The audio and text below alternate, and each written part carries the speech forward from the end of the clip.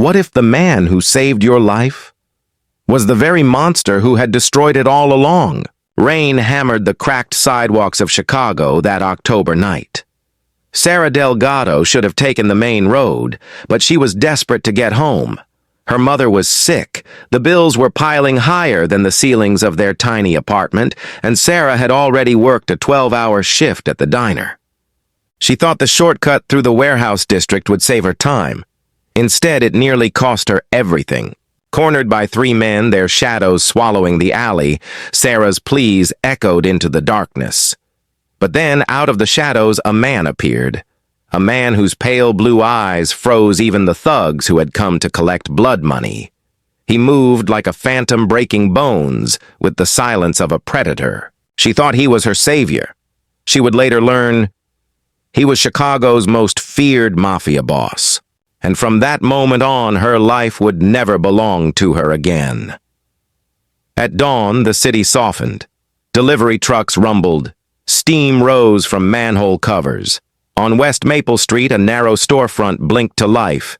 Delgado Flowers. The bell above the door rang with a tired, hopeful sound as Sarah Delgado lifted the gate 1 notch at a time. She moved slowly, careful with her right shoulder. The alley had left a bruise the color of a summer plum. She did not tell her mother. She never did. Secrets were a kind of bandage in their home.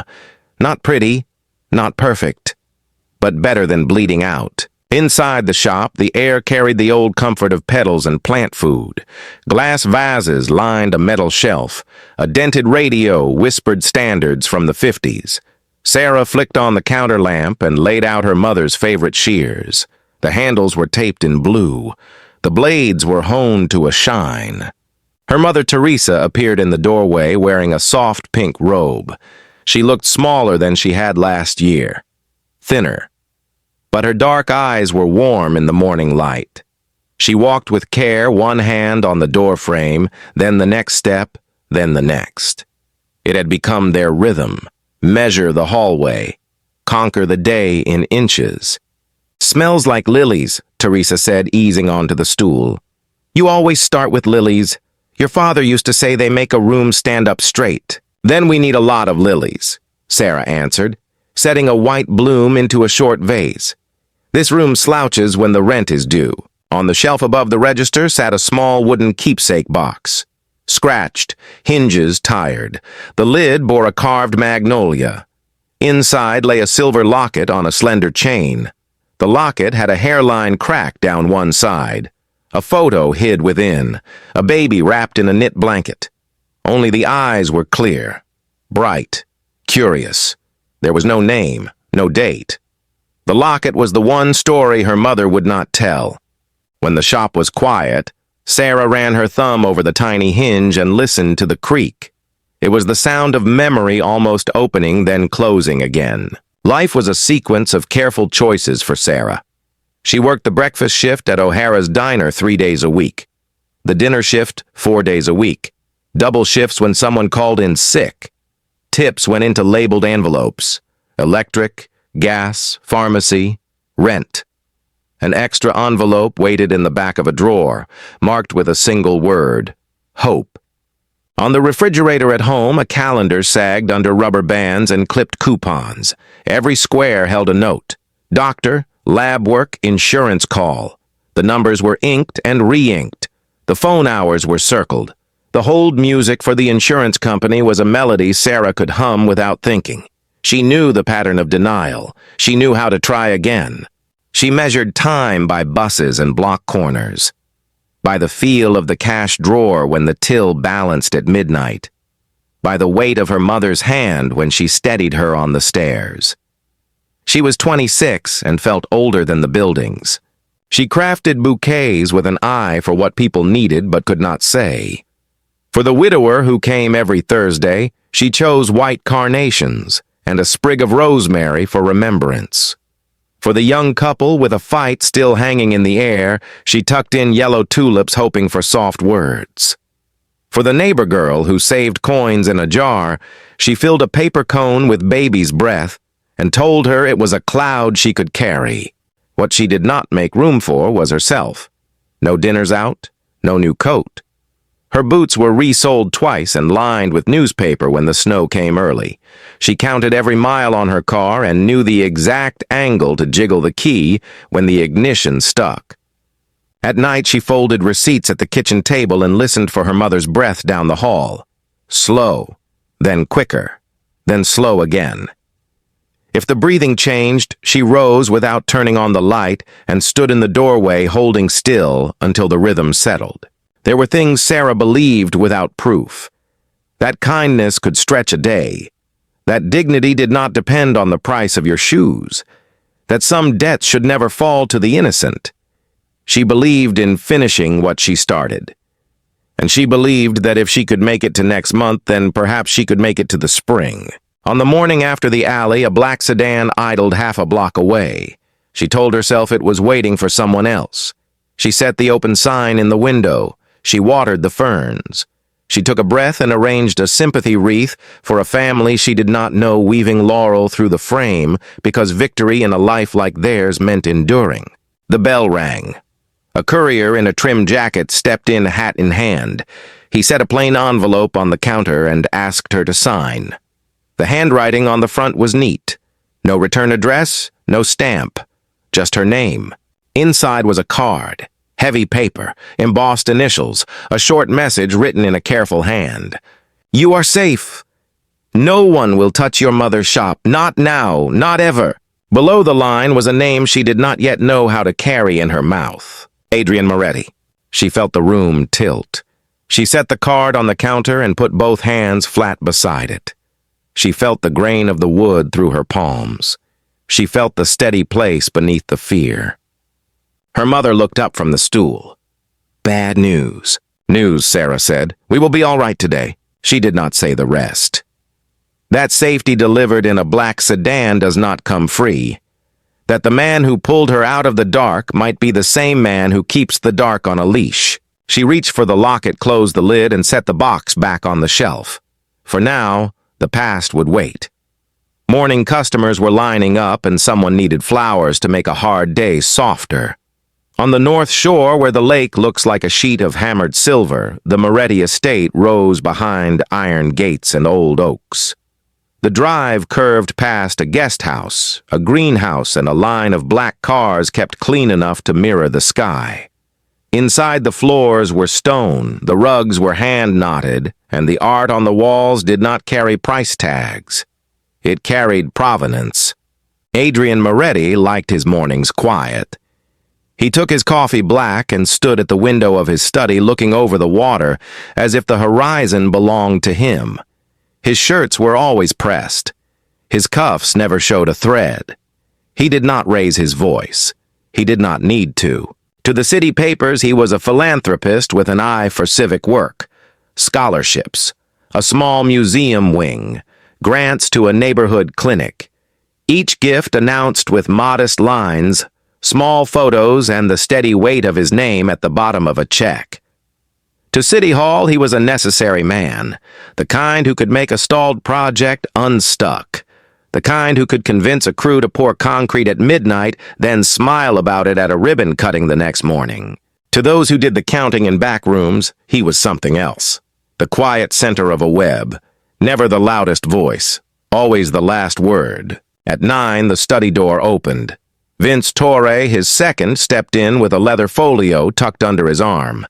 Vince was careful with language and quicker with outcomes. He set the folio down and waited. Adrian finished his coffee. Only then did he turn. "Schedule," Adrian said. "Meeting at Moretti Holdings at 10, Vince answered. "Real estate, docks, patrol schedules, 2 items from the Vassallo side. They pushed at one of our bookmakers near Archer. The man will not push again." Adrian's eyes did not change. "The shop on West Maple. Glaziers are there already. Front is being repaired. The landlord will forgive 3 months' rent and call it community goodwill. A beat. We own the landlord." Adrian rested his hand on the folio but did not open it. "And the mother, in-home nurse this afternoon, paid in full. The pharmacy will be told to run automatic refills. They will not ask for a card again. Keep the police car slow on that block," Adrian said. Windows down, lights off, let the right people see it. He could erect a wall in an hour. He could move a patrol car with one call. He could lift a family for a season or a year or for as long as it pleased him. That was the luxury of power, to decide who rises, to decide who does not. At 10, the conference room at Moretti Holdings was full. Long table, legal pads stacked with care, a map of the river, the piers, and the access roads pinned under glass, Sal Benedetto from finance, Claire Donnelly from compliance. 2 men from the trucking arm who knew every off-ramp between Joliet and Waukegan. They spoke in numbers then, in names then, in the sort of silence that covers decisions best. The Vasallo family had been testing fences. A shipment skimmed. A driver approached in a parking lot behind a bowling alley at dusk. Small things. Needling things. Adrian listened the way a surgeon listens to a heartbeat before deciding where to cut. When the room had talked itself into a circle, he pointed to the map and drew one slow line with his index finger. "Here," he said. "Fix the road problem and the rest will solve itself." He looked up. No noise. No scorch. People should wonder if anything happened at all. His power was not in the threat. It was in the restraint. The promise that life would continue orderly profitable if you did not step into his lane. After lunch, he crossed town to the Aurora Club, a dining room paneled in dark wood, where a judge ate soup and an alderman pretended he did not. Adrian stood, shook hands, and signed a pledge for a new oncology suite. He did not mention Teresa Delgado by name. He did not need to. Names could be burdens. Results were lighter. By 3, he was back at the estate. A stack of notes waited on the edge of his desk, paper clipped into categories. Legal, labor, logistics. One envelope sat apart. Thick cardstock. A florist's logo in the corner. He opened it and read the short thank you line in a careful hand. The lilt of the letters told him more than the words. Pride under strain. Grace under pressure. He set the card in the drawer, face up. "Do you want the alley men found?" Vince asked from the doorway. "They were found last night," Adrian said. "They have learned their lesson." Vince nodded. "The girl," protected, Adrian said. "Tell our people what we are not. We are not to be seen at the shop. We are not to be seen at the apartment. We are not to be seen." He walked the long hall as the light went thin and golden, the lake darkening by degrees.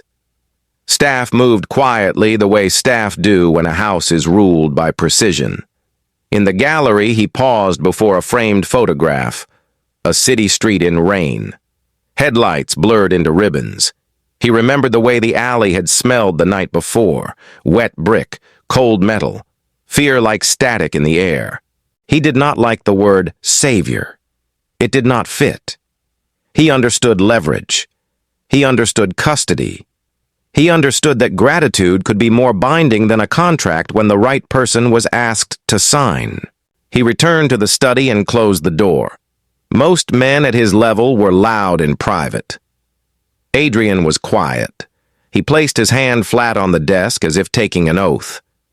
He spoke to the empty room, to the lake on the other side of the glass, to the city that ran on favors and remembered debts.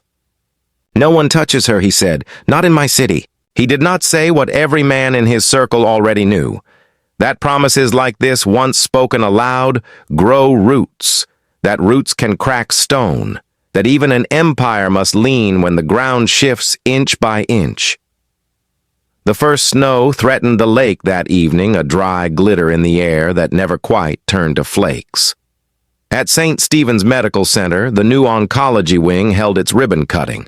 Brass plaque, velvet rope, cameras. The kind of night where coats cost as much as cars, and gratitude came with place cards. Delgado Flowers had the contract. Sarah wheeled in a cart stacked with white lilies, winter roses, and silver eucalyptus. She had tied every bow herself, a small miracle on a day when the shop's heater coughed and the register jammed twice. Inside the lobby, a planner with a clipboard blocked her path. "You're late," the woman said, eyes sweeping Sarah's thrift coat. "Centerpieces to the donor tables. Quickly, and please stay out of the photos." Of course, Sarah said. Where would you like the head table spray? The planner did not answer. She had already turned toward a cluster of men in dark suits. A banner hung near the stage, a black and white portrait of a young woman with clear eyes and a calm smile. The caption read, "In loving memory of Helena Moretti, whose grace and generosity endure." A thin chain glinted at the woman's throat, a locket oval with a faint seam down its face. Sarah set the first arrangement in place. She felt the tug of something she could not name. She placed the second. She adjusted a candle. She did not look back at the banner. Not yet. Guests arrived in a gentle tide, fur collars, shined shoes, the soft laugh that lives in private dining rooms. An alderman shook hands near the coat check. A judge signed a pledge card. A reporter pointed her lens and caught the light. At 7 sharp he entered. Adrian Moretti did not rush. He moved the way numbers move when they choose their own column. He nodded to the hospital board, to the chief of medicine, to the nurse who stood near the elevator with her shoulders set back and her chin lifted. He saw Sarah by the head table. He did not look twice. He looked once, and in that single look took the measure of her tired day, the fresh bruise on her shoulder, the way her hands steadied a vase before any water could spill. Vince drifted to his side. "We have 2 Vassallo men near the service hall," he murmured.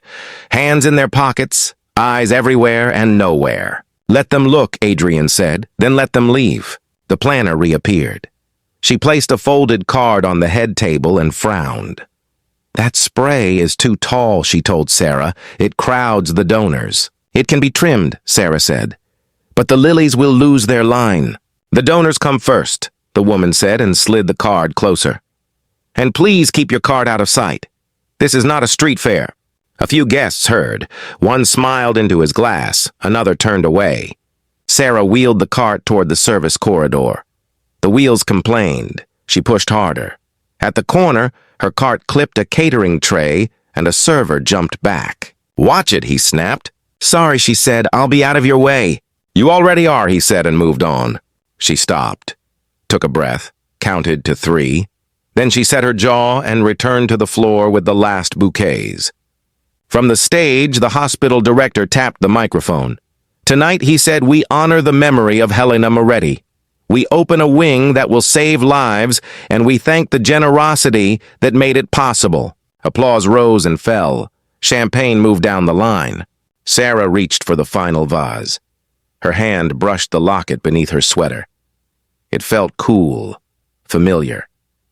She glanced up only a glance, and the banner at the stage pulled at her again. The oval at the young woman's throat. The same shape. The same seam. The room shifted. The air went thin. "Stop!" someone cried near the coat check. A woman in a silver dress stood with both hands to her throat.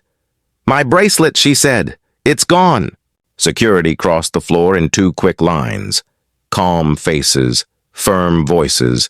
"Ma'am, when did you last?" "Half an hour ago. At the donor table. It's my mother's. Platinum with sapphires, please." The planner pointed.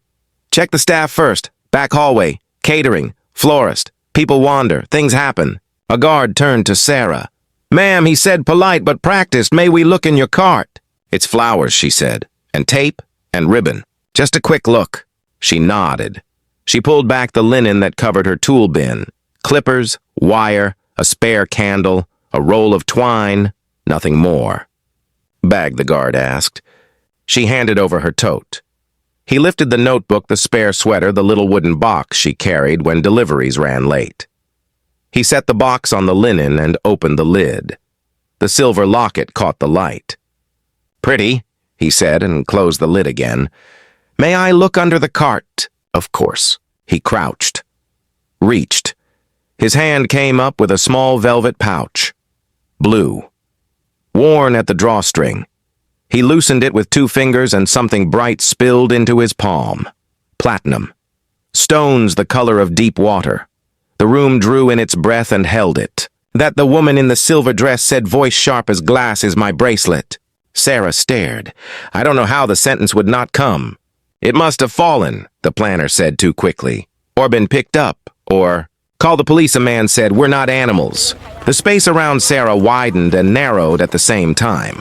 Faces leaned in. Faces looked away. She tried to lift her hands to say, wait, to say there is some mistake, to say, look at the pouch. Look at the dust on the drawstring. Look at the clean line where it has not touched the floor, but her mouth would not shape the words. Vince had already stepped between her and the nearest guard. No one touches her, he said, voice low. Adrian crossed the last feet as if they were a courtroom aisle. He did not raise his voice. He did not need to. Empty the room, he said. No one moved. He looked at the bracelet in the guard's hand, then at Sarah, then past both of them to the banner on the stage, to the young woman's calm smile, to the oval at her throat, that seemed in that moment to shine with its own small light. Now, he said. The band went silent. The cameras stopped.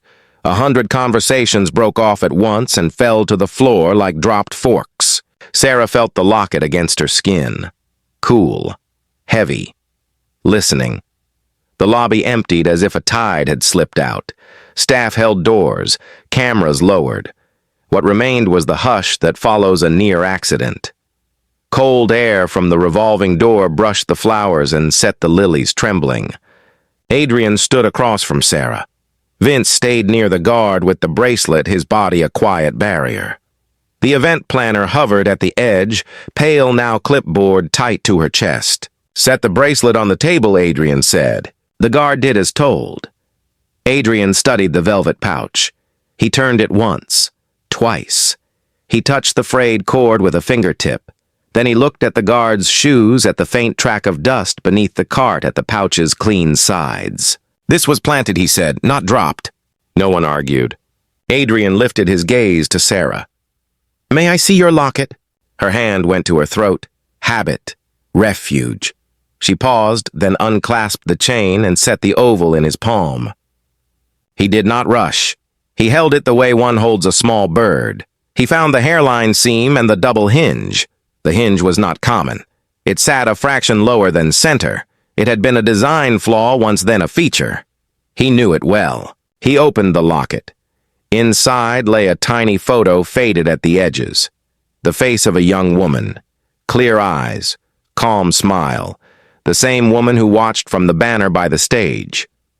Below the photo, tucked into the curve of the case, rested a pressed magnolia petal no bigger than a thumbnail. Adrian closed his eyes. When he opened them, he was no longer looking at a florist accused in a hospital lobby. He was looking at time broken, mended, and broken again. Where did you get this? He asked, voice low. My mother kept it in a wooden box, Sarah said. She gave it to me when I turned 18. She said it was a blessing we did not talk about. Your mother, he said. Teresa Delgado. Sarah nodded. Footsteps clicked on stone. An older nurse in a neat cardigan stepped from behind the registration desk. Name badge. Gray hair pinned smooth. She had been standing quiet as people in hospitals learn to do. Now she could not. I remember that locket, she said. Sarah turned. Ma'am. The nurse drew closer, careful as if approaching a memory that might spook. I was a night supervisor here, a long time ago, before the wing changed names, before the paint did. There was a storm. Summer thunder. The power flickered twice. A young woman sat in room 314 with a baby in a bassinet. She wore that locket. The nurse pointed to the oval in Adrian's hand. I would swear to it. Adrian's mouth set. Her name. The nurse swallowed. Helena. Helena Moretti. The room shrank to the square of light beneath the banner. To the curve of the magnolia petal inside the locket. To the press of air that happens when two truths finally touch. Sarah shook her head once, then again. That cannot be. The nurse looked from Sarah to Adrian and back. She was calm. Too calm. She asked for a pen. She wrote a note and folded it small. She pressed it under the lining of that locket with a magnolia petal she kept in her wallet. She told me a friend would come. A friend who worked with flowers. A girl with kind hands. The friend's name was Teresa. The planner's clipboard slipped in her grip. It tapped the floor and echoed. No one reached to pick it up. Sarah's voice thinned. Teresa is my mother. The nurse nodded. She came at dawn with a raincoat over her pajamas and asked no questions. She signed nothing. She took the baby because Helena begged her to, said it would keep the child's life simple, said the family would make it hard if they knew. I walked them to the service elevator. I never saw either of them again. Adrian opened the locket once more. With a nail, he lifted the paper lining, careful as a man lifting glass. Beneath it, creased to the size of a postage stamp, lay a folded slip. His hands did not tremble, but the edges of the paper shook when he unfolded it. The handwriting was clear. A line at the top, a line at the bottom. Between them, the smallest of maps. If you are reading this, you are my child. Forgive me. I could not keep you safe and keep you near. Magnolia means endurance. Wear it. Grow strong. H. At the bottom, a single name. Not Delgado, not Moretti. Sarah.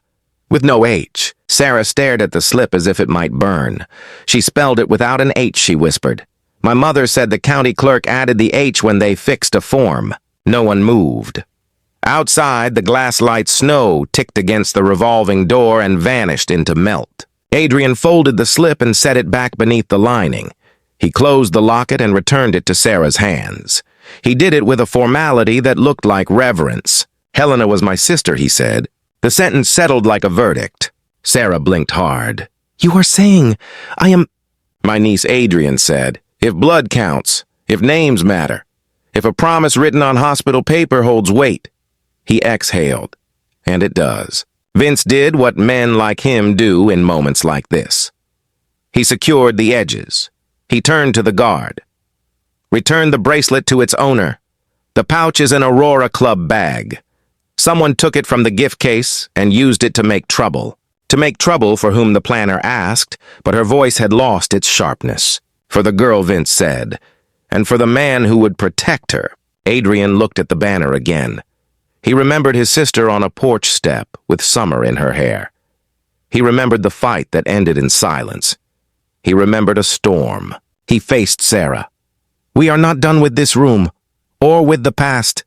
But first we call your mother. We do not let her hear this from a stranger. We do not let her face it alone. Sarah nodded. She could feel the chain against her skin again. Warm now. Heavy in a new way. The locket was no longer a mystery to be stroked in quiet hours. It was a key. And keys open doors whether you want them open or not. Adrian turned to the nurse.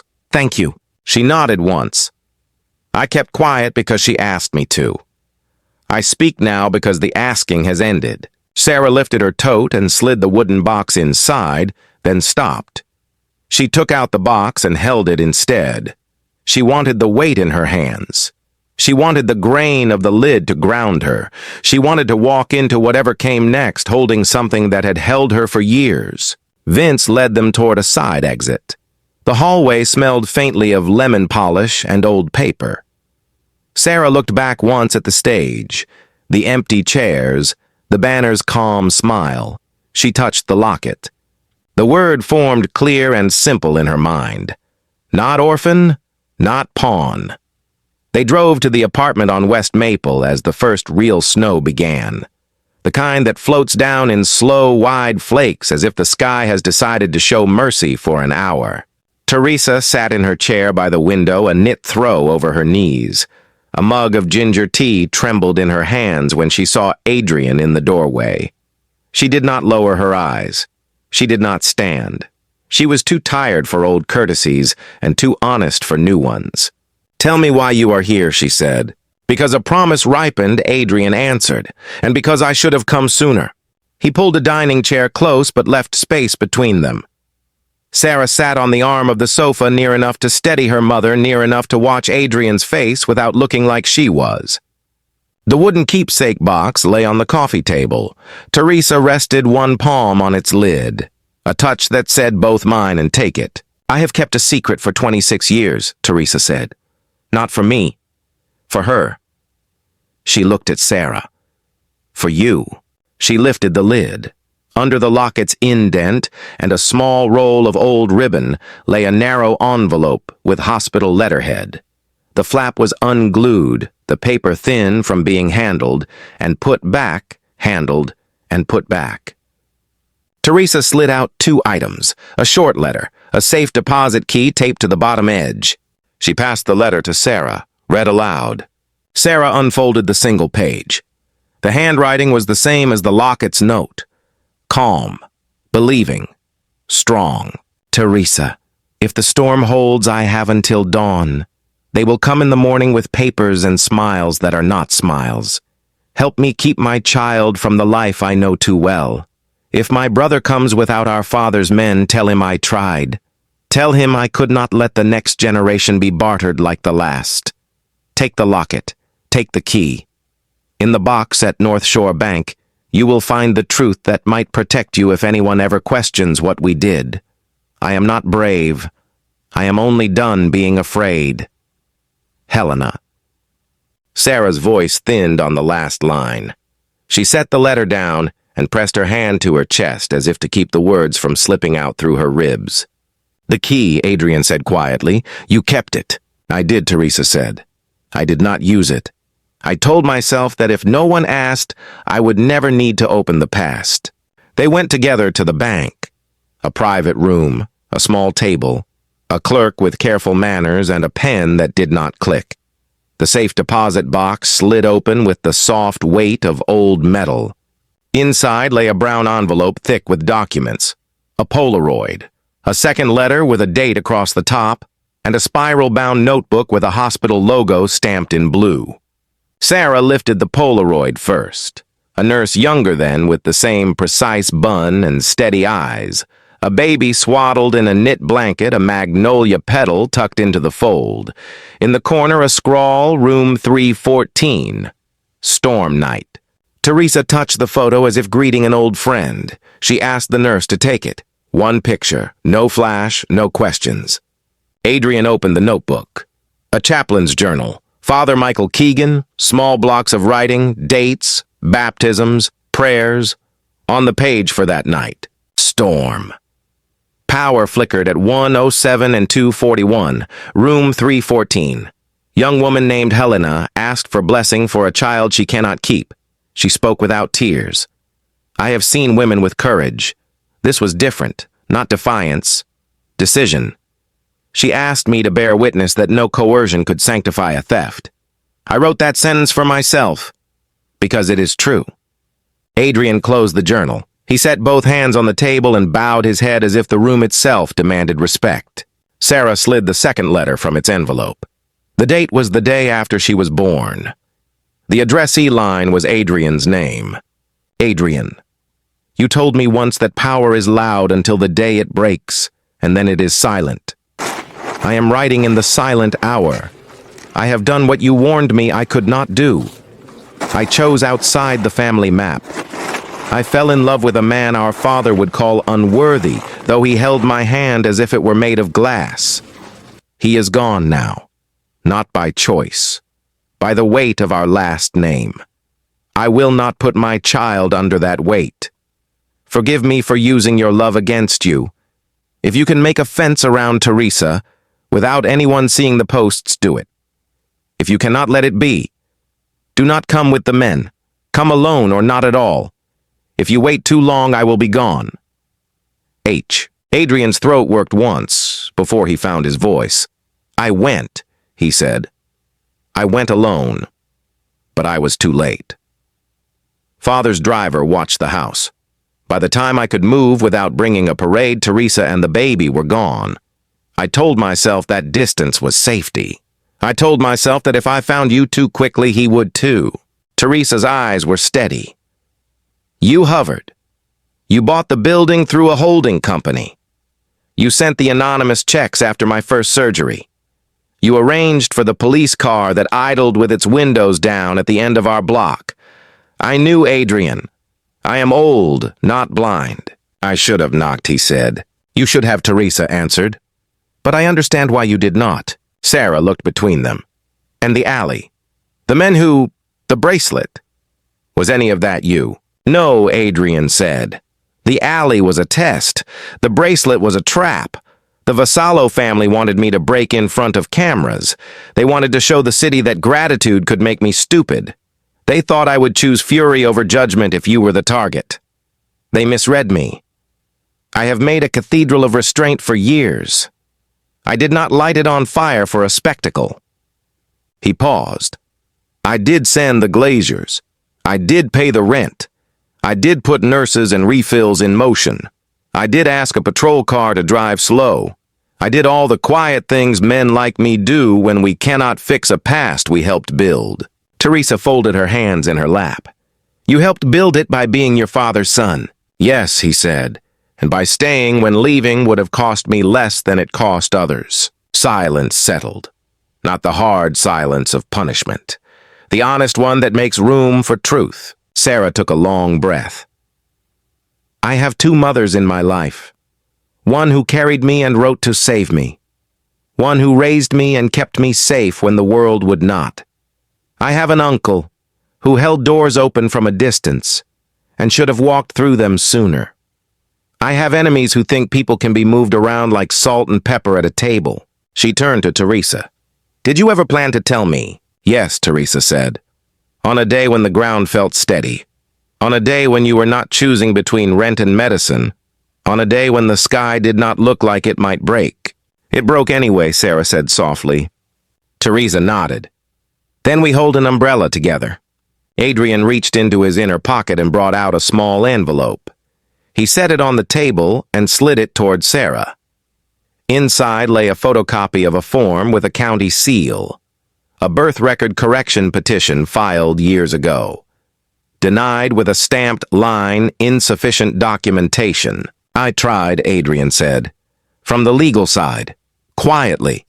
They required witnesses who would not speak and papers that did not exist. I will try again, but I will not decide your name for you. You decide. You choose what you carry." Sarah looked down at the form, then at the Polaroid, then at the chaplain's line about coercion and theft. She looked up. Her eyes were wet but clear. "I carry Delgado because it was built. I carry Helena in my locket because it was given. I carry Moretti because it is true whether I like it or not. And I carry my first name the way she wrote it because that is how she first imagined me." Sarah Teresa said, trying the sound without the H. It fit in her mouth like a prayer. Adrian's voice went rough. "I will stand next to whatever you choose. Not in front of it, not behind it. Next to it." He reached for the chaplain's notebook again and turned one page forward. A later entry, in a smaller hand. Followed up with mother who left room 314 at dawn. "She will need protection that I cannot give alone.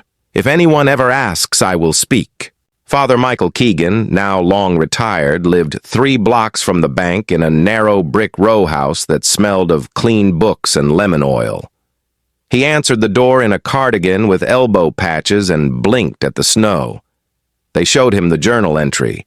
He smiled a tired, kind smile. "I hoped this day would come," he said. "The truth is heavy, but it is lighter in the open air." He sat with them at his kitchen table. He told them what he remembered. Not everything. Enough. A young woman who insisted on naming her child in the quiet. A brother who loved and feared in equal measure. A friend who arrived at dawn carrying courage like a grocery bag.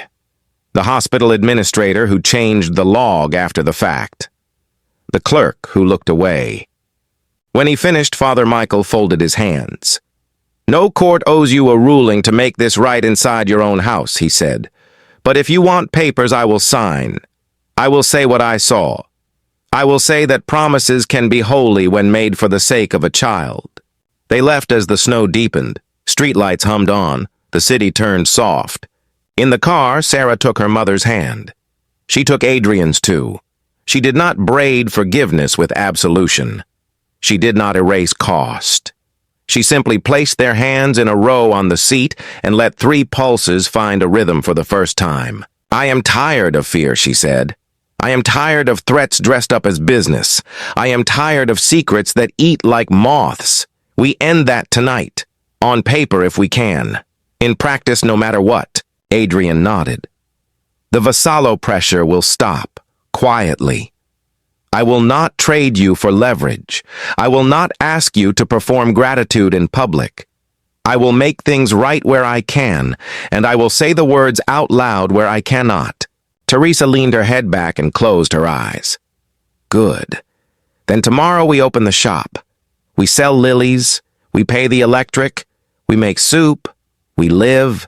Sarah looked at the locket in the passing light. Magnolia for endurance. A petal that had held its shape longer than anyone expected. A map written in small letters that had finally been read. The city slid by, windows warm, sidewalks silver. Somewhere a chapel bell rang the hour. No one spoke. There are nights when silence is not emptiness. It is agreement. The storm passed in the night.